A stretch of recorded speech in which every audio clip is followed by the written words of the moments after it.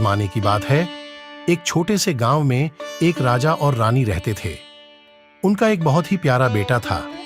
एक दिन राजा ने अपने बेटे को एक बहुत ही खास खेल के बारे में बताया। वो खेल था खोज, और खेल का नाम था खोजों का सफर।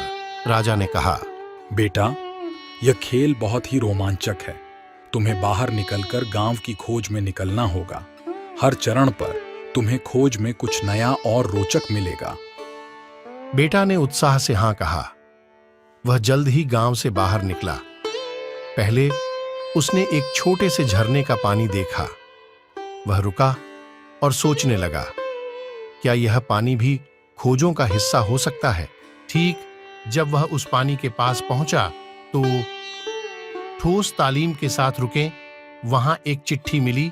वह चिट्ठी पढ़ी और वहां लिखा था, अब तुम्हें जंगल की खोज में आगे बढ़ना है।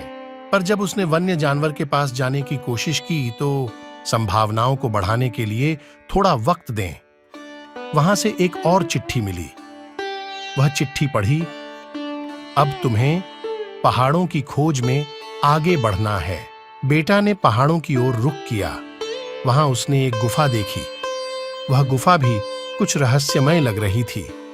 बेटा ने सोचा कि क्या यह गुफा भी उसकी खोज का हिस्सा है। जब वह गुफा के अंदर पहुंचा तो संवाद को रोमांचित करने के लिए एक छोटा सा पॉज दें। वहां एक अद्भुत चीज देखने को मिली। वहां एक बड़ा सर्प था जो बेहद प्राचीन दिख रहा था। बेटा ने सोचा, क्या यह सर्प भी उसकी खोज का हिस्सा है? सर्प के पास जाते ही थोड़ा वक्त दें ताकि सर्प के साथ कैसे आगे बढ़ा जाए। सर्प ने एक और चिट्ठी दी। चिट्ठी में लिखा था, अब तुम्हें अपने घर की खोज में वापस जाना है। बेटा ने सोचा, क्या यह सब कुछ बस एक खेल था? क्या उसकी खोज का सच्चा मतलब उसके घर में ही था? वह जल्दी से अपने घर की दिशा में लौट आया। घर पहुंचते ही थोड़ा वक्त दें जिससे सुस्ती और रोमांच बढ़ सके।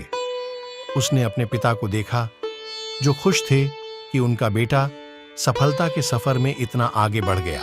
पिता ने कहा, बेटा, खोज का सच्चा मतलब हमेशा घर में होता है। तुमने अपने घर की खोज में सफलता प्राप्त की। और इस जबानी रूप से बेटा ने खेल को समाप्त किया, लेकिन वह सीख जीवन भर साथ लेकर आगे बढ़ा। जब लोगों का ध्यान फिर से पकड़े तो एक महत्वपूर्ण संदेश यह था कि सफलता और सुख अक्सर हमारे पास ही होते हैं। हमें सिर्फ उन्हें पहचानने की आवश्यकता होती है।